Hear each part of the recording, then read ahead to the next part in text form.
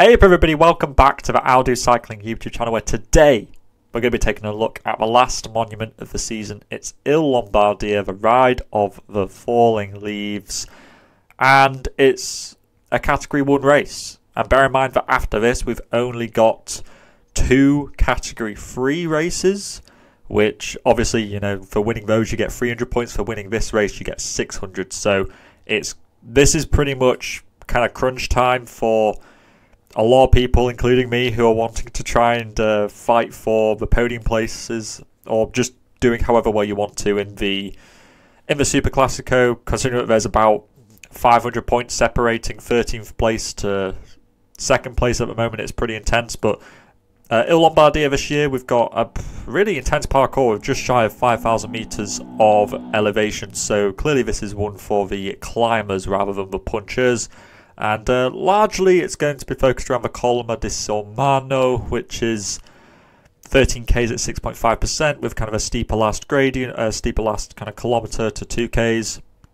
So this is really where the race is going to be kicking off. Big descent, and then you've got, what's that, like 30 kilometres of very up and down, descent, climb, and then descent again. So obviously Poggy's the big favourite for this race. I think we'll all probably be taking Pogacar. It'll be almost a bit suicidal to not go with him, especially since he will likely get the 20 and 10 kilometres to go kind of bonuses for being a breakaway, probably solo, let's face it.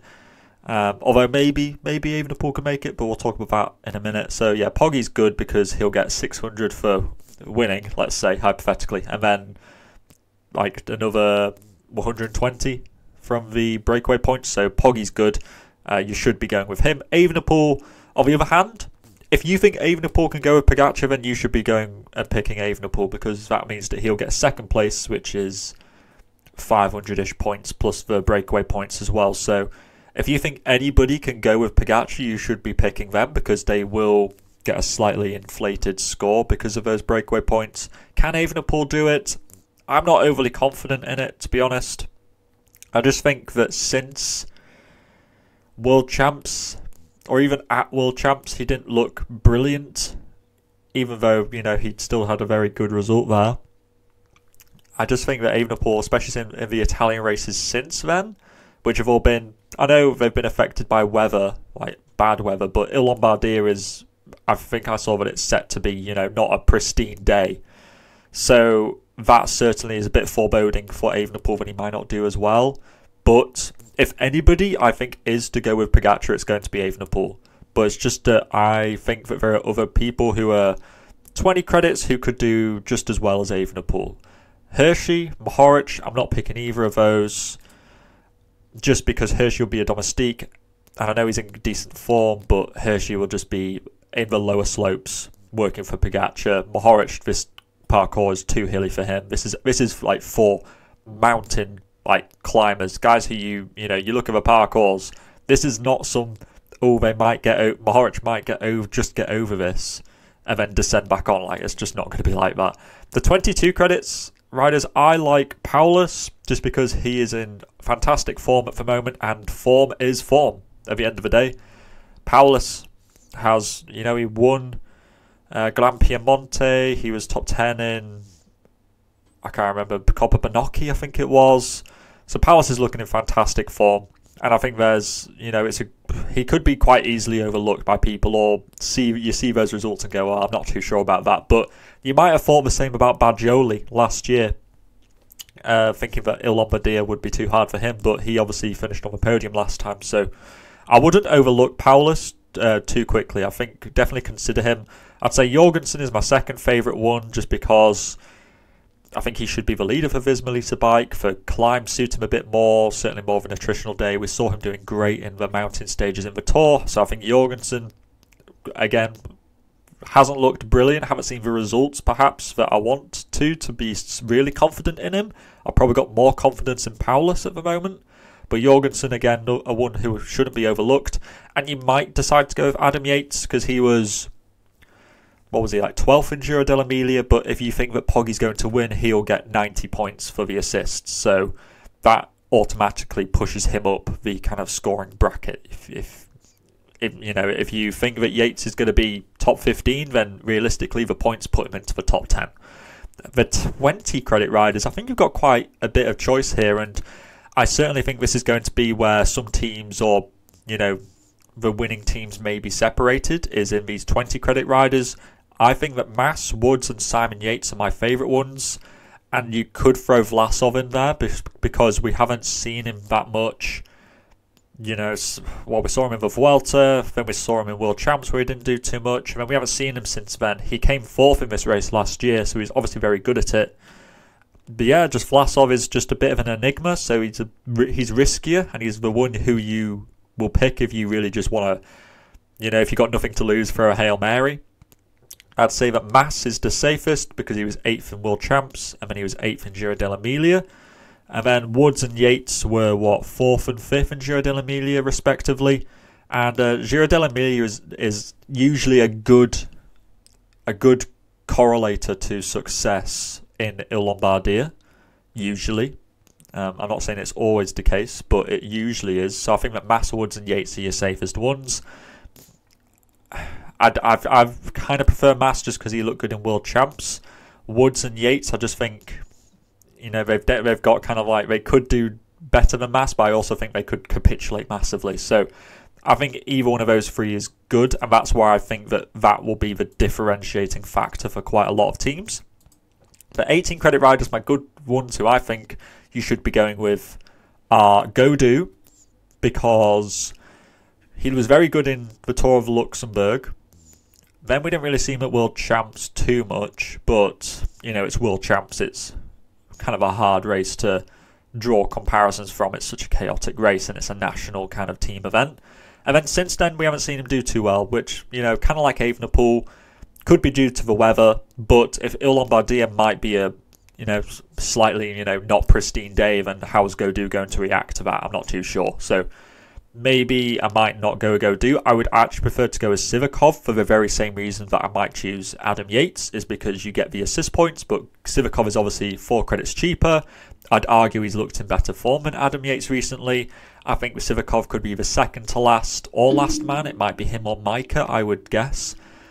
Or maybe Adam Yates, but Sivakov I think could be a top 10 in this race, and then he gets assist points on wherever Poggi may finish. If Poggi wins, he gets another 90. So he might end up, in theory, getting the points of somebody who finishes 6th or 5th if he finishes somewhere like 8th or 9th. So I think Sivakov, a little bit of a boring pick, you could say, or what not a lot of people would immediately jump on just because it's based upon the success of Pogacar. But if you see Poggi winning, you can immediately know that you've got 90 points in the bank. So yeah, I wouldn't overlook the assist points. I mean, we all did at Paris-Roubaix. Do you remember that, when the best team was just a load of Alpecin riders? The 16 credit riders, I think Bardet, in theory, is your best one. I think this is going to be his last Il Lombardia, actually, because he retires early or mid-season next time, like at the Tour. Tobias Haaland Johannesson, he was decent at Gran Piemonte.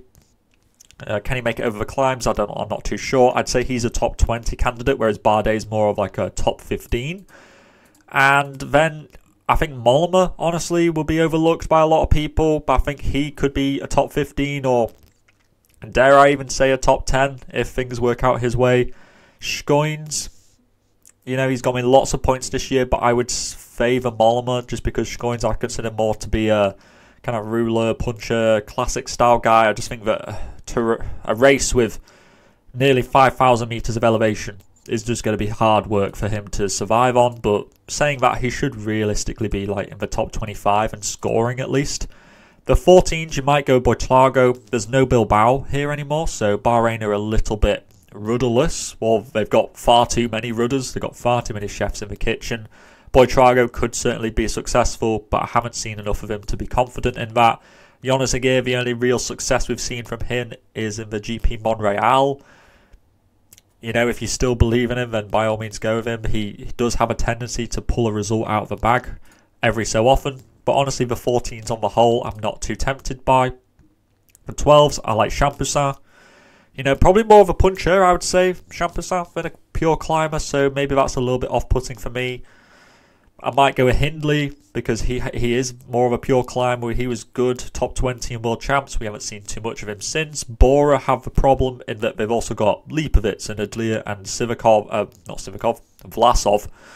So, yeah, I don't know where Hindley's going to fall in the hierarchy of all that. I do think he should be in the top 20. But whether that's worth it for a 12 credit rider, I'm not too sure. You could go with Micah. Honestly, I think Micah could be a top 20 if he's the last man or second to last man for Poggy. But and he gets the assist points as well. So Micah might be a better choice than Hindley just because of the assist points that might come his way. And yeah, maybe Pozzovivo if you're feeling sentimental in his last season. I reckon he should also be inside probably the top 20 or top 25. But yeah, I'd probably say that Micah or Hindley are your better ones to be picking.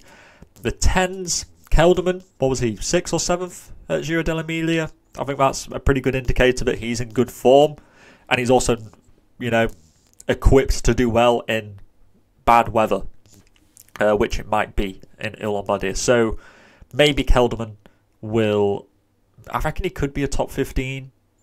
It really depends on whether he's working for Jorgensen or not.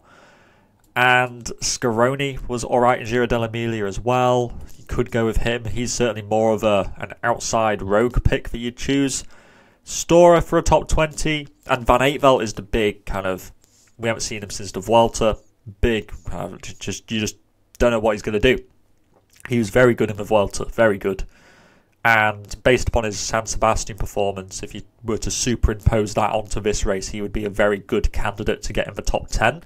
It's just that I don't know how he's going post Vuelta a España. I can't really remember why he left, but Van Hills isn't here in this race, so Van Eytvelt is their guy. So why not? 10 credits, that's pretty decent value for money for me. And then into the 8s, Adlia, obviously, the man in form. Can he make it over that climb? It's hard to say. I mean, he is in fantastic form, but I do think this climb could be quite hard for him. But in theory, if you say that Poggy's up the road and then there's a group, like a second group of maybe, I predict anywhere between 4 to 7 riders, I think a third group containing Adlia, he could be competing for the top 10 or top 15. And for an 8 credit rider, that's actually pretty good. So Adlia, I think he's probably your best and your safest 8. Bassato climbs pretty well, actually. I think he could definitely be top 25. I'd still say that Adlia is your safer one to be picking.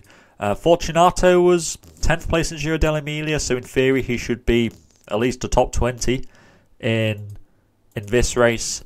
And Bart Lemon, possibly, but I would say that Kelderman or Jorgensen would be their guy. And Piganzoli, obviously.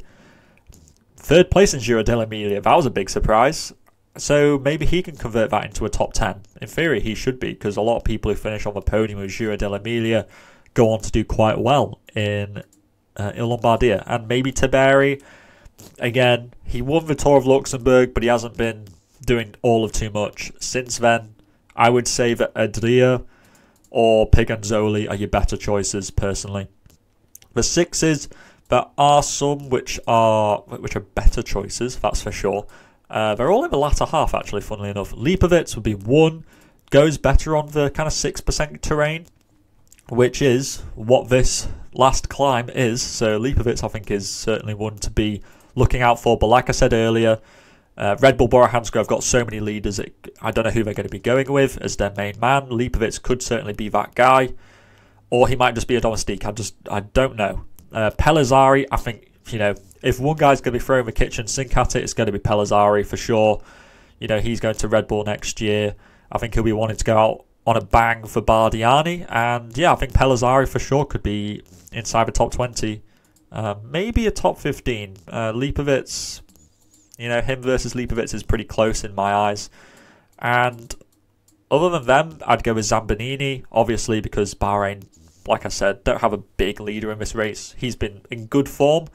You could say that maybe this could be too hard for him, maybe too much climbing. I certainly consider Zambanini to be more of a puncher than a climber, so that might lean me more towards picking Pellizzari and Lipovitz, because I think they're better over mountainous terrain. And then into the 4s, there are some. Brenner was just outside the top 20 in Giro dell'Emilia, so that's going to put him on the cusp of the top 30, I think, for Il Lombardia. De Pretto, again, more of a puncher, but he does climb quite well. Maybe he could be similar to Brenner, like scraping at the top 30. Unironically, Nairo Quintana could be a good choice because he was top, I think he was like 15th at Giro dell'Emilia. So obviously he's alright in bad weather. He's finished like 11th in this race before, so he's got the experience. And he might get assist points on Mas if Mas finishes on the podium. So Nairo's actually got some upsides going for him, and you shouldn't count him out too quickly. And then Archie Ryan, very good choice. What was he? He was top 10 in Giro dell'Emilia as well. Probably the best value for money and safest 4-credit rider you can go with. Archie Ryan, yeah, he's the one that you should be picking. I would say if you need one, I'd go with Archie Ryan. If you needed two, I would go with probably Nairo as your second one, just for the memes, basically. This is my team at the moment. Pogacar, Yates, Mas, Zambonini, Sivakov and Archie Ryan. Actually, I kind of talked myself out of Zambonini. I might go with... I'll probably go with... Leibovitz makes sense, but my heart's telling me Pellizzari.